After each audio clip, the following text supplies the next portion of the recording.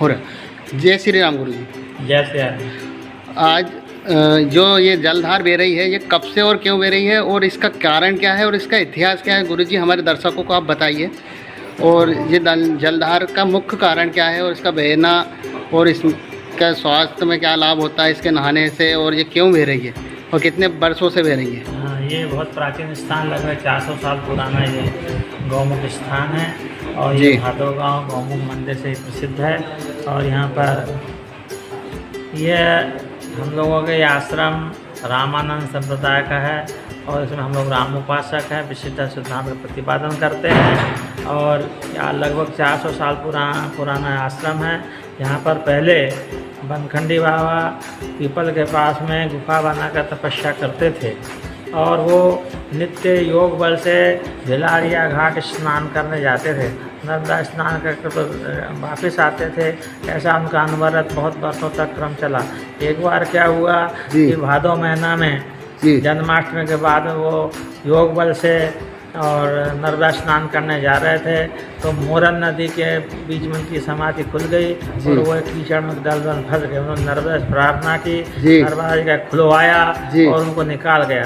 बनखंडी बाबा ने प्रार्थना की, मुझे किसी निकाला, वो मुझे दर्शन नहीं देगा तो वहीं प्रार्थना करके शरीर त्याग। नर्मदा प्रत्यक्ष हुई और उन्होंने कहा, बाबा तूने मेरी बहुत सेवा की है, मैं तेरी भक्ति से संतुष्ट हूँ, तो अब वृद्ध शरीर होगा, इसलिए तू ऐसा कर कि मेरा नाम लेकर वहीं स्नान कर लिया कर, मेरा फल तुझे वहीं मिलेगा।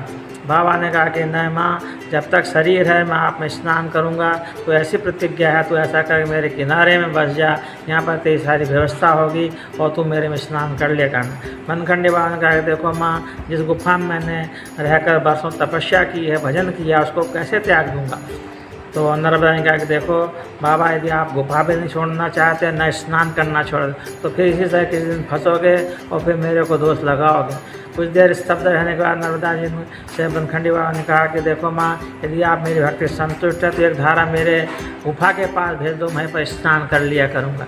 जी जी। नर्मदा जी ने कहा कि देखो बाबा, मेरा प्रवाह नीचे है और आप ऊपर किनारे में रहते हो, तो विलोम प्रवाह नहीं हो सकता, इसलिए तो मेरी धारा आपके यहाँ नहीं जा सकती है।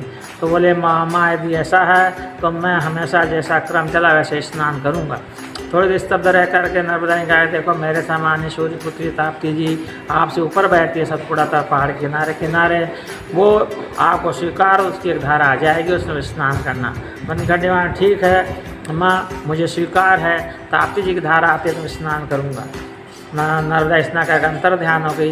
बाद में बनखंडी गुफा में आए और बाद में उन्होंने जन्माष्टमी से रामनवमी तक प्रतीक्षा की, पर ताप्ती जी प्रकट नहीं हुई। तो फिर वो मुलतई जा कर गए और उन्होंने ताप्ती जी से प्रार्थना की।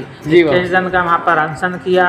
रात्रि में नर्मदा ताप्ती जी प्रकट हुई, हे हठी बाबा, मुझे नर्मदा जी की आज्ञा हुई है, मैं तेरी गुफा के पास प्रकट हो रही हूँ। बाबा ने मुझे कैसा विश्वास होगा कि आप प्रकट हुई, बोले अपना कोई निशान छोड़ दे, ये तेरी गुफा के पास आ जा, समझ में आ गई हूँ। तो अपनी भजन करने के लकड़ी आशा और अपनी दोनों खड़ा वहाँ छोड़ दी और वह वहाँ से चल करके वापस आ गए। यहाँ पर उन्होंने 1 महीना 8 दिन तक रास्ता देखी, पर ताप्ती जी का प्राकट नहीं हुआ। तो फिर उन्होंने 27 दिन का फिर यहाँ पर अनशन किया और फिर गंगा दशहरा, ज्येष्ठ शुद्धि दशमी गंगा दशहरा प्रत्यक्ष 12 बजे बड़ी जोर से आवाज़ हुआ और भद भद करके पानी ताप्ती जी का गिरने लगा। लोग दौड़े, देखो क्या हुआ क्या हुआ, उनका धार फूट गई, क्या जल आ गया, जल आ रही, ज्येष्ठ में नदी सूख गई, यहाँ कहाँ पानी आ गया। तो कोई ने कहा अरे बाबा की खड़ा तीर रही है, बाबा की आशा भी तीर रही है, अरे पानी निकला। तो ये घटना कहाँ की थी बाबा? यही भादो गाँव की। भादो गाँव की। अब जब बाबा ने देखा, बाबा की आवाज़ आई कि बाबा यहाँ पानी निकला, झीर फूट गई। बाबा को हुआ विश्वास और ताप्ती जी प्रकट हुई। उन्होंने मुझे 27 दिन हो गया बैठे बैठे से, मुझे उठाओ। 2 लोगों ने उठाया, 3 लोगों ने ले जाकर बताया कि देखो पानी निकल रहा है, वहाँ पहले गड्ढा था, उसी में भर भर पानी गिर रहा। आगे मैंने बाबा ने कहा कि खड़ा हूँ, आशा तैर रही, बाबा खूब स्नान किए। बाबा रोमांचित हो गए कि धन्य है माँ, आपने जैसे सेवक पर कृपा करके आप स्वयं पधारी है। बाद में सब लोग इतिहास कहा, उसका जल जल का प्रभाव यह है कि कोई चर्म रोग वाला आता है तो वो अच्छा हो जाता है। और वो धारा फिर वहाँ पर उन्होंने गौ का मुख लगा करके और कुंड का निर्माण कर दिया और वो गौमुख नाम से उसका प्रसिद्धि हुई। बाद में आश्रम की स्थापना बनखंडिया की।